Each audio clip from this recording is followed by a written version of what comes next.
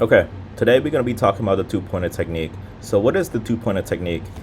It's pretty much a technique for efficiently traversing a data structure like arrays or linked lists by maintaining two pointers that move in a coordinated manner, like whether it's from a different position or an opposite direction. So let's see a visual representation of how that works. So let's say you have an array. You would just pretty much create a pointer, whether it is at the beginning and at the end. It doesn't have to be beginning and end, but usually that is the use case. And you would just iterate through it in in the loop, pretty much. So when would you use this technique? So one of the most common use case for this technique is pretty much checking whether the string is a palindrome. So what is a palindrome, right? So race car is a pretty common palindrome. It's because if you reverse the string race car, it still is race car. So this is a valid palindrome. Dog is not a valid palindrome because when you reverse the dog, it's just God. So it's not a palindrome. Finding pairs that sum up to a target value in a sorted list, that is another classic example. Reversing elements in a linked list is another use case. This is a different use case where you actually create two pointers in the beginning and you just point it back to each other. So you're not actually creating two pointer, one at the beginning, one at the end. So that's another use case for two pointer. It doesn't have to be one at the beginning and one at the end. So let's check out an example for this, how to use it, a palindrome check. This is a very classic use case, checking if a race car is palindrome. So if we just think of a naive use case for this, how would you go about doing so? So you would perhaps thinking of creating a new string by by reversing, starting at the end of the index and just reversing and creating a new string from it. And once that happens, you can just do a if new string to old string, and you can just return true or something if it is, else returns false. Maybe that you think that is a pretty naive approach, but the problem with this is you are actually creating a new string. So the space complexity of this would be O of n, and we can optimize this by using the two-pointer technique.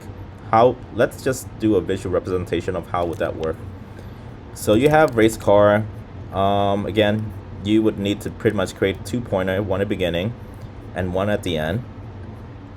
And at each iteration of the loop, you would just just checking, oh, if is left pointer equal to right pointer? If it is, then you keep going to the next one. If is left pointer right is the same thing as right pointer, and then if it is, you just keep going, and you keep going until the left pointer is less than right pointer. Once left pointer is greater than or equal to right pointer, and we exit the loop. So that's pretty much the conditioning for the loop. And if we know that if we exit the loop, then everything is all the same and it is a palindrome. So let's code this bad boy up. Okay. Main.py. Let's just call this check palindrome as string. Alright, we just create left pointer and right pointer equal to length of s and -1 because we want to get the last index. So the conditioning for the loop to stay in the loop is if left pointer is less than right pointer. Now again, we're just checking whether s left pointer is okay. We're just doing the opposite right here. I'll explain why in a little bit. Returns false. So pretty much we know if the left pointer is not equal to right pointer, then it's not a palindrome. Then we just exit the loop. We just return immediately, and then we just add the left pointer by 1, and we reduce the right pointer by 1. And if we exit the loop, once the condition is met, then we just return true. Let's just call this function and just verify that it is correct.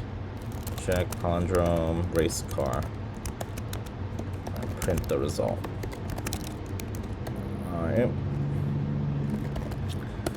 Alright, so obviously this working fine, and if we were to check dog or something, this should return false. Alright, then we know our function works properly.